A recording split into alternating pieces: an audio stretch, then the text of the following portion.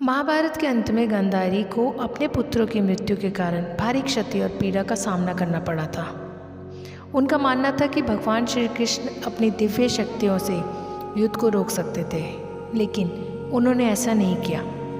इसलिए उन्होंने भगवान श्री कृष्ण को श्राप दिया कि अगले 36 साल बाद उन्हें और उनके यदुवंश को एक दूसरे को मारकर विनाश का सामना करना पड़ेगा और द्वारका समुद्र में डूब जाएगी।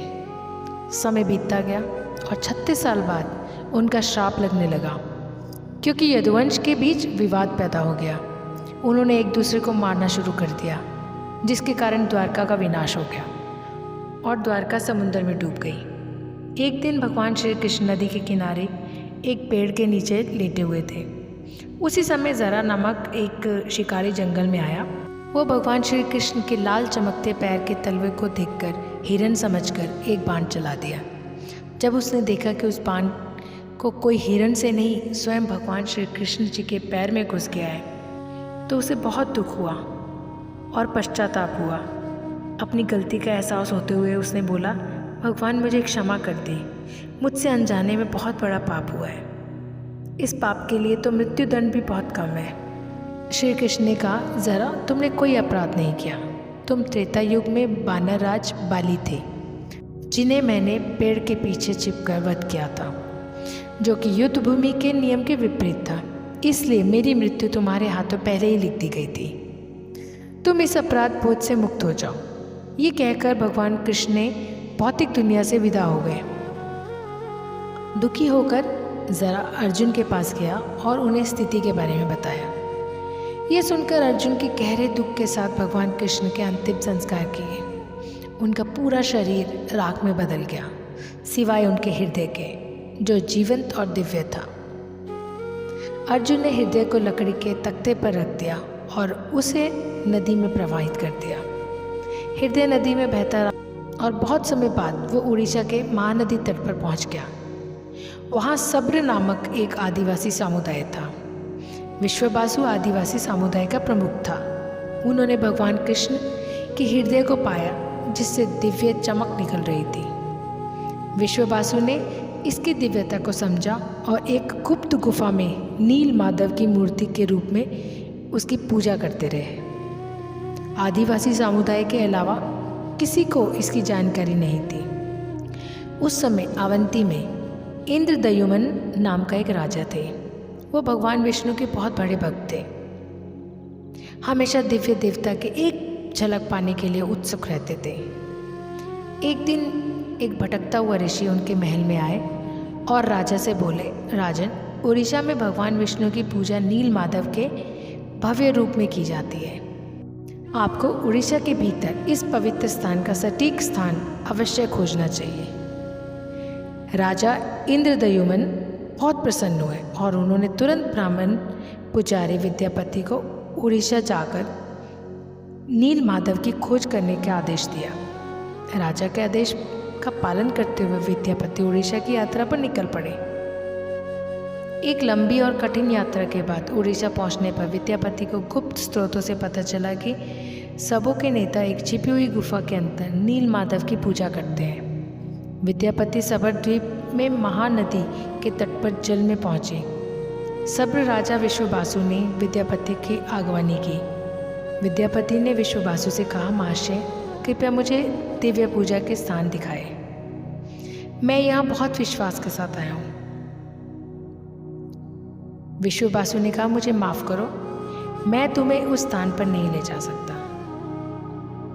तब विद्यापति ने कहा, अब मैं क्या करूं? यदि मैं इस प्रकार लौट गया तो राजा को मैं क्या उत्तर दूंगा? मुझे कोई दूसरा रास्ता खोजना होगा। विद्यापति उसी गांव में रहने लगा। कुछ ही दिनों में उन्हें विश्ववासु के बेटी ललिता से प्रेम हो गया और उन्होंने शादी कर ली। विवाह के कुछ दिन बाद विद्यापति ने अपनी पत्नी से कहा, ललिता, क्या आप अपने पिता से हमें नील माधव की एक झलक दिखाने का अनुरोध कर सकती हो? आपके पिता आपके अनुरोध को अस्वीकार नहीं करेंगे। ललिता ने कहा, ठीक है, मैं निश्चित प्रयास करूंगी। मुझे अपने पिता से बात करने दो। ललिता अपने पिता से बात करती है। ठीक है, पिता ने बोला, ठीक है, लेकिन मेरी एक शर्त है। विद्यापति अपनी आंखों पर पट्टी बांधकर जाएंगे।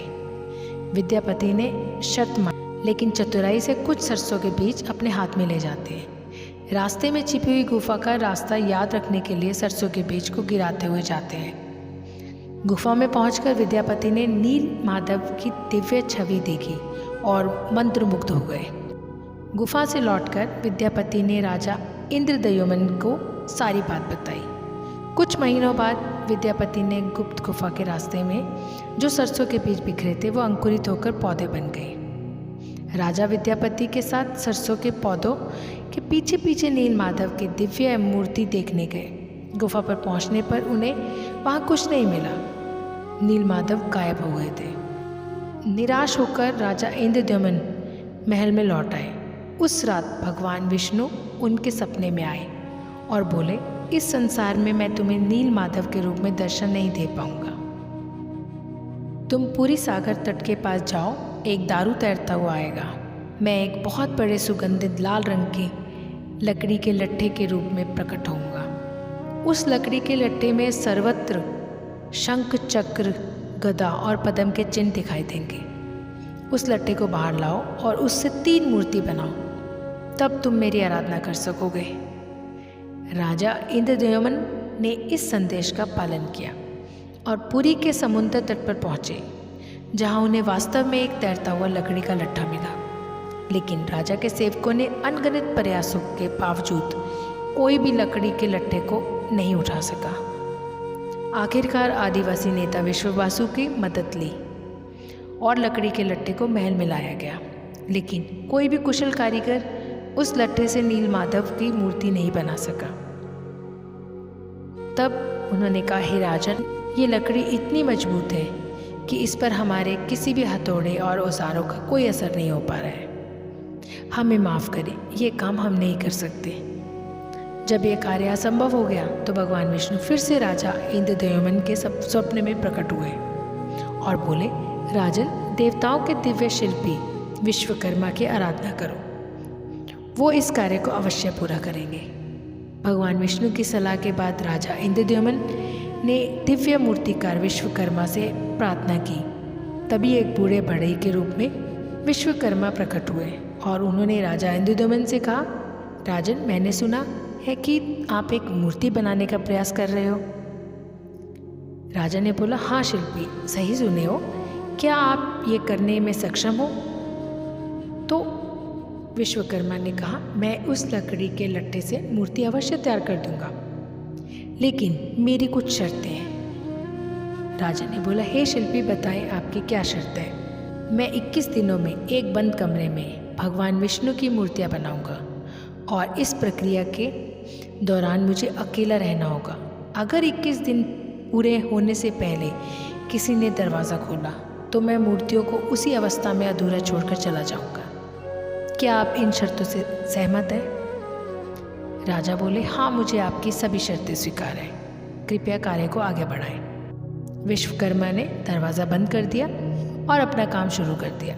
लोगों को कमरे से केवल आरी, छेनी और हथौड़े जैसी औजारों की आवाज़ें सुनाई दे रही थी। 15 दिन के बाद जब कोई आवाज़ नहीं सुनाई दी तो रानी गुंडीचा चिंतित हो गई और राजा इंद्रद्युम्न से बोले, महाराज, मैंने उस कमरे से कोई आवाज़ नहीं सुनी है। शायद बूढ़ा बढ़ई भूख से मर गया है। कोई दुर्घटना होने से पहले हमें दरवाज़ा खोल देना चाहिए। राजा ने कहा, लेकिन रानी, उसने शर्त रखी थी कि 21 दिन से पहले दरवाज़ा नहीं खोला जाएगा। रानी बोली, लेकिन महाराज, अगर ये वृद्ध बढ़ई को भूख प्यास की वजह से कुछ हो गया तो हमें महापाप लगेगा। हमें अवश्य दरवाज़ा खोल देना चाहिए। रानी गुंडीचा ने दरवाज़ा खोलने की जिद की। अंत में दरवाज़ा खोला गया, जिससे पता चला कि बूढ़े बढ़ई के रूप में भगवान विश्वकर्मा 3 अधूरी मूर्तियों को छोड़कर गायब हो गए।